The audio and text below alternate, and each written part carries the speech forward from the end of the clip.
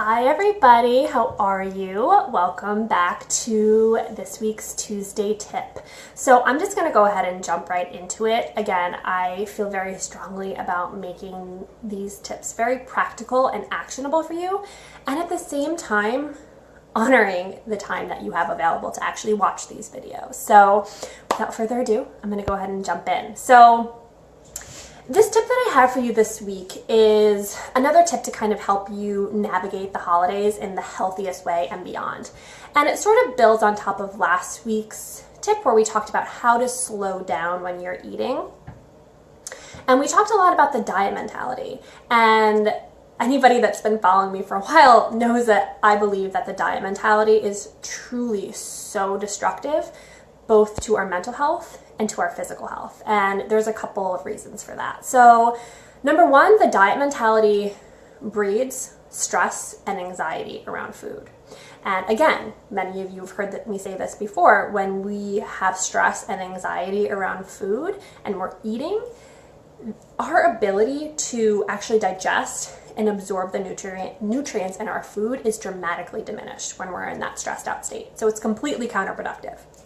Number two, the second reason I believe that the diet mentality doesn't work and it's destructive is that what works for one person isn't necessarily going to work for another. So what I need in terms of calories and fat grams and macronutrients is going to be completely different than what you need. And what you need is going to be different than what your child needs, what your friend needs, what your mom needs. So to try to prescribe to a specific calorie plan or fat gram plan is really not sustainable for you in the long run. And also what happens is that what we need in terms of calories and fat and nutrients varies on a day-to-day basis, whether it's because your activity level, so maybe you've been working out a lot or you haven't been working out very much. So your body will tell you how much it needs depending on what your activity level is. Also, any hormonal changes during the month or any sort of environmental changes. So really anything like what you need is ultimately going to vary from day to day. So again, that's why prescribing to a specific diet plan or calorie restriction or fat gram plan is not in service to you. What I have found to be much more helpful and much more impactful for the clients that I've worked with as far as healing their relationship to their body and food, developing a mind-body connection, weight loss, energy improvement, all of those kinds of things, digestive issues, is actually to count chemicals, not calories. So what does this mean? So this means that the chemicals in your food, so those things like sucralose and dextrose and monosodium glutamate and all of those horrible sounding words that sound like they were made in a lab and that someone had to wear a hairnet and like a hazmat suit to make them.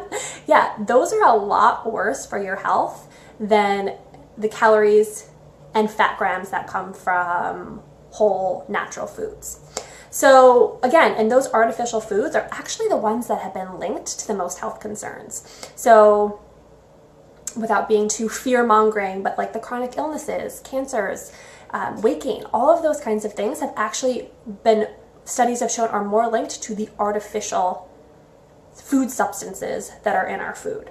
So my suggestion is always to try to implement a whole foods diet, whole foods plant-based diet into your life.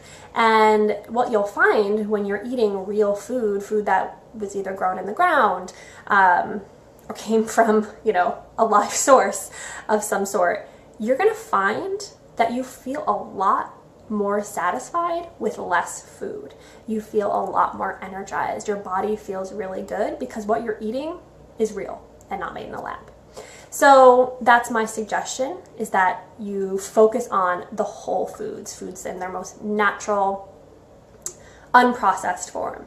And of course, I also understand that the environment in which we live in today oftentimes requires us to reach for what is convenient at some times. And when you need to do that, so if you need to grab a granola bar or you have a hankering for some, ice cream, whatever it is, and you need to buy a packaged processed food, my suggestion is that you go with something that has at least 5 ingredients or less. So making sure that you read the label is also really important, but focusing on things that have the least amount of ingredients, 5 ingredients or less. And I also know that these types of foods can be a little bit more expensive than their more processed counterparts, but I promise you that it'll pay you back 10 times over to invest in yourself that way, giving yourself the highest quality food imaginable. So that is my tip for you guys for this week. I hope it was of service to you as always.